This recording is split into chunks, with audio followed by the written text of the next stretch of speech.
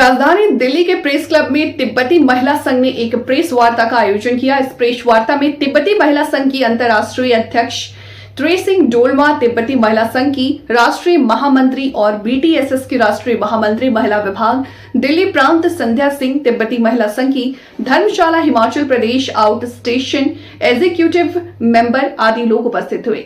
तिब्बती महिला संघ के अंतर्राष्ट्रीय अध्यक्ष त्रेसिंग डोलमा ने कहा कि चीनी सरकार ने तिब्बतियों से उनके बुनियादी मानवाधिकार को छीन लिया। तिब्बती लोगों के खिलाफ व्यवस्थित दुर्व्यवहार, जिसमें अभिव्यक्ति, धर्म, संस्कृति और आंदोलन की स्वतंत्रता पर प्रतिबंध, साथ ही मनमाने ढंग से हिरासत में लेना, यातना देना शामिल है। कोई सदस्य नहीं है। तिब्बती बौद्ध धर्म तिब्बती संस्कृति और जीवन शैली का एक केंद्रीय पहलू है।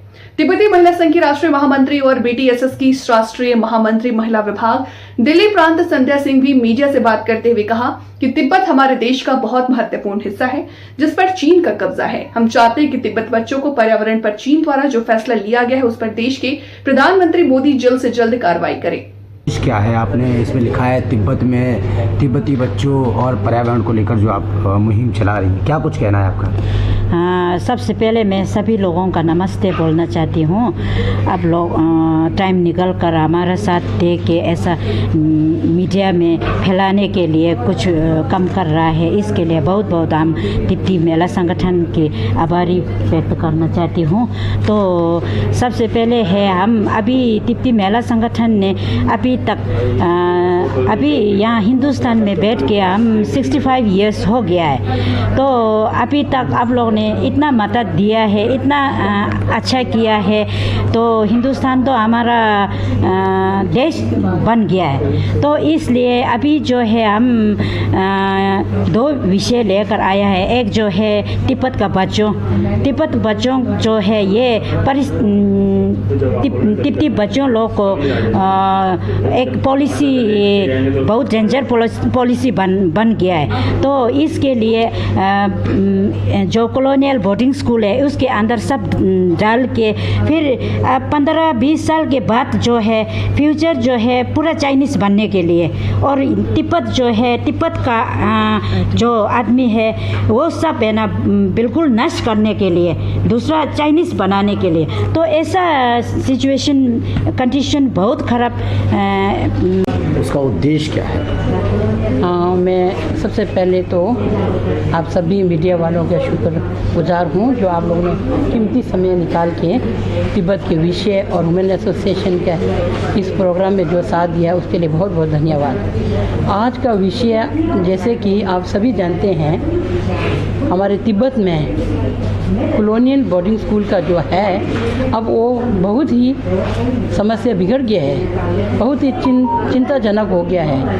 पहले ऐसा था कि बच्चे थोड़ा बड़ा लिया जाता, अब देखो 4 साल के बच्चे वहाँ पे लिया जाता है और उनको ढंग से उनकी फीडिंग भी नहीं हो पाता है। 4 साल के बच्चे कितने छोटे होते हैं कि हमारे भी अपने बच्चे, हम भी तो इस विषय में सोच सकते हैं। तो उनको भरपेट खाना नहीं दिया जाता है और माँ बाप से उनको अलग किया जाता है। उनको कोई मतलब अपने भाषा बोलना उनको मतलब अलाउड नहीं है वहाँ पे।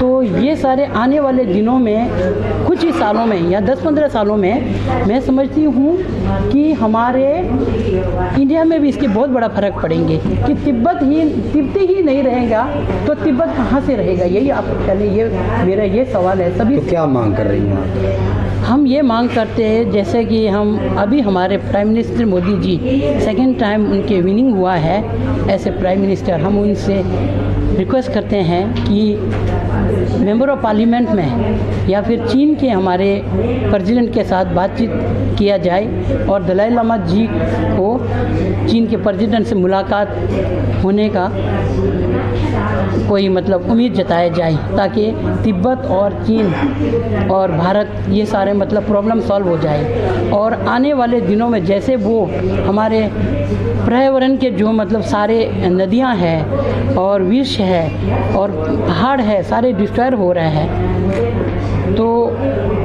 ये भी बहुत ही चिंताजनक है। आने वाले कई सालों में एशिया में पानी की बहुत कमी हो जाएगी इससे। और अगर तिब्बत के बच्चों को लेकर और तिब्बत में पर्यावरण को लेकर जो आप लोगों ने मुहिम छेड़ी है आज तिब्बतन वुमेन्स की तरफ से, क्या कुछ कहेंगी और आज क्या कुछ चर्चा इस पर हुई है?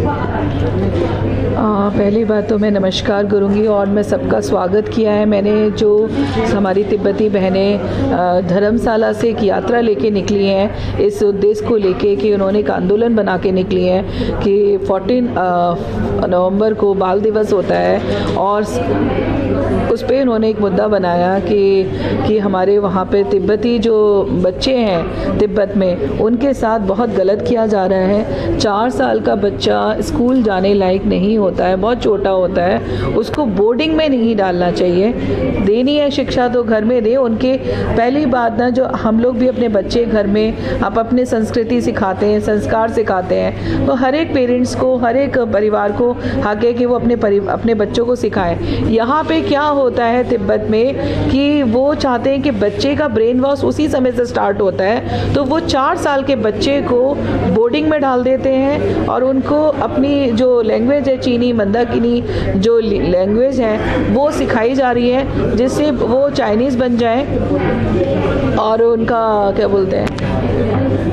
जी, तो आज आप क्या मांग कर रही हैं प्रधानमंत्री मोदी जी से, क्योंकि यहाँ पर कैलाश मानसरोवर को लेकर भी बातचीत की गई है, आपने भी कहीं ना कहीं भारत तिब्बत सहयोग मंच की तरफ से सभी लोगों को पटका पहनाया है, उनके लिए भी आपने मांग की है, क्या कुछ करेंगे? मैंने यही मांग करी, मैंने क्या, हम सब ने, हम भारत तिब्बत समन्वय संघ की तरफ से, मैं भारत तिब्बत समन्वय संघ की राष्ट्रीय महामंत्री दिल्ली से हूँ और हमारे भारत तिब्बत समन्वय संघ के सभी कार्यकर्ता काफ़ी टाइम से इन्हीं सब चीज़ों में लगे हुए हैं कि, और हम लोगों पहले भी कई सांसदों को और प्रधानमंत्री मोदी जी से और हमने राष्ट्रपति जी से भी हम मिले थे इस उद्देश्य को लेकर कि ये जो संकल्प जो वो था पत्र जो दिया गया था 1962 में, उस समय से लेके अब तक कोई इस पर कुछ नहीं किया गया। फिर हमने इस पत्र को दोबारा से सांसदों को वो याद दिलाने के लिए हमने फिर से संकल्प लिया है हमने